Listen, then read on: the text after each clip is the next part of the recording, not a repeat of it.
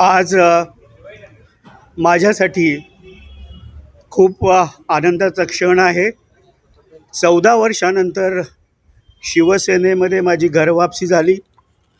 शिवसेनेचे मुख्य नेते, राज्याचे उपमुख्यमंत्री माननीय एकनाथरावजी शिंदेसाहेब, त्याचप्रमाणे शिवसेनेचं युवा नेतृत्व खासदार डॉक्टर श्रीकांतजी शिंदे यांच्यामुळे माझी शिवसेनेमध्ये घरवापसी झाली.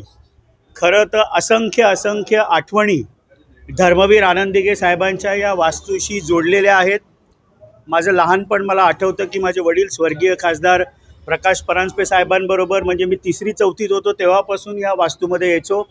माझ्या वडिलांबरोबर काम केलेले ज्येष्ठ शिवसैनिक विलासजी जोशी असतील, दिलीप साने असतील, पांडुरंग पाटील असतील, शहर प्रमुख हेमंत पवार असतील, अभिजित दरेकर असतील, सर्वच म्हणजे कुटुंबामध्ये परत आल्यासारखं वाटतंय. आणि तोही क्षण मला लक्षात आहे. मागच्या खोलीमध्ये 2008ला शिंदे साहेबांनी बोलवलेलं आणि सांगितलं तुला बाय इलेक्शन लढायचे. म्हटलं साहेब मी तर कधी इलेक्शन लढलोच नाही आहे. त्यामुळे तू कशाला घाबरतो, मी तुझ्या मागे आहे ना.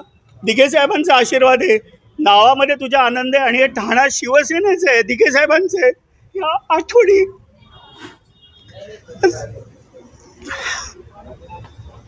पुन्हा एकदा आल्या आणि पुन्हा शिवसेनेच्या परिवारामध्ये आल्याबद्दल मी खूप आनंदी आहे.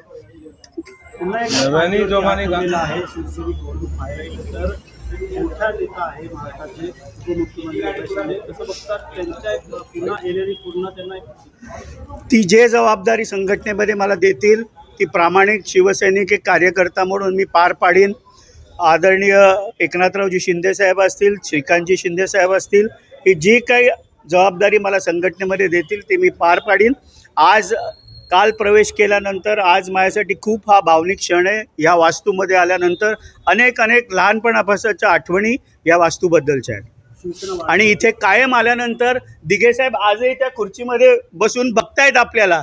ही भावना आहे की दिघे साहेबांचं वास्तव्य आजही या वास्तूमध्ये आहे आणि शिवसैनिक कसा काम करतोय आणि ठाण्याची शिवसेना, शिवसेनेचे ठाणं हे आज कायम दिघे साहेब बघत आहेत. ह्याच भावना आजही आहेत. शिवसेना वाढीसाठी कशाप्रकारे प्रयत्न असणार आहे? पाहिलं तुम्ही अनेक जबाबदाऱ्या राष्ट्रवादीमध्ये पार पडल्या होत्या, त्यामुळे आता जी जबाबदारी मला देतील आदरणीय शिवसेनेचे मुख्य नेते एकनाथरावजी शिंदेसाहेब ती प्रामाणिकपणे पार पाडीन.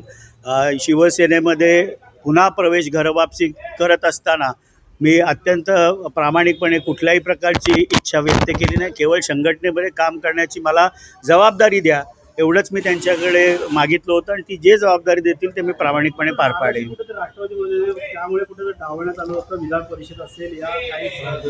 कालच मी स्पष्टपणे राष्ट्रवादी काँग्रेस पक्षाचे देखील आभार व्यक्त केले. राष्ट्रवादीतला माझा प्रवास हा श्रद्धेय शरद पवार साहेबांबरोबर, स्वर्गीय अजितदादा पवार असतील, सुप्रियाताई सुळे असतील, प्रफुल्ल पटेलजी असतील, आत्ताच्या राष्ट्रवादीच्या राष्ट्रीय अध्यक्षा, राज्याच्या उपमुख्यमंत्री सुनेत्राताई पवार असतील, पार्थ पवार असतील, जय पवार असतील, सगळ्यांचे मी मनापासून आभार व्यक्त केले. संघटनेमध्ये मला जबाबदारी दिलेले त्यावेळेचे प्रांताध्यक्ष खासदार सुनील तटकरेजी असतील, त्यानंतर प्रांताध्यक्ष म्हणून जयंत पाटील साहेबांनी काम बघितलं, दोघांचेही मी आभार व्यक्त केले. किंबहुना ठाण्यामध्ये काम करत असताना डॉक्टर जितेंद्र आव्हाड आणि नजीब मुल्ला यांचे देखील, राष्ट्रवादीच्या सर्व नेते कार्यकर्त्यांचे मी आभार व्यक्त कालच केलेले आहेत. कुठल्याही प्रकारचं दुःख, कुठल्याही प्रकारची कटुता नाही. राष्ट्रवादी काँग्रेस पक्ष देखील महायुतीमधला एक घटक पक्ष आहे आणि भारतीय जनता पार्टी, शिवसेना आणि राष्ट्रवादी काँग्रेस पार्टी हे महायुतीचे पक्ष असल्यामुळे कुठल्याही प्रकारची कुठलीही कटुता नाही. मात्र जाताना कुठेतरी तुम्ही पत्र दिलं होतं सुनेत्राताईंना, कुठेतरी बोलणं झालं का मोठ्या नेत्यांशी, सुनेत्राताईंशी, तटकरेंशी, का तुम्ही या ठिकाणी समजूत काढली जाणार होती? असं आहे की त्याबाबतची स्पष्ट भूमिका शिवसेनेचे मंत्री माननीय उदय सामंत साहेबांनी स्पष्ट केलेली आहे. वरिष्ठ पातळीवर राज्याचे उपमुख्यमंत्री, शिवसेनेचे मुख्य नेते व त्यानंतर स्वतः उदय सामंत यांनी सुनेत्राताईंशी बोलणं केलं, जय पवारांशी बोलणं केलं, खासदार सुनील तटकरेंशी बोलणं केलं आणि त्यामुळे शिवसेना आणि राष्ट्रवादी काँग्रेस पार्टी कुठल्याही प्रकारचा संघर्ष नाही किंवा कुठल्याही प्रकारची कटुता देखील दोन्ही पक्षांमध्ये नाही.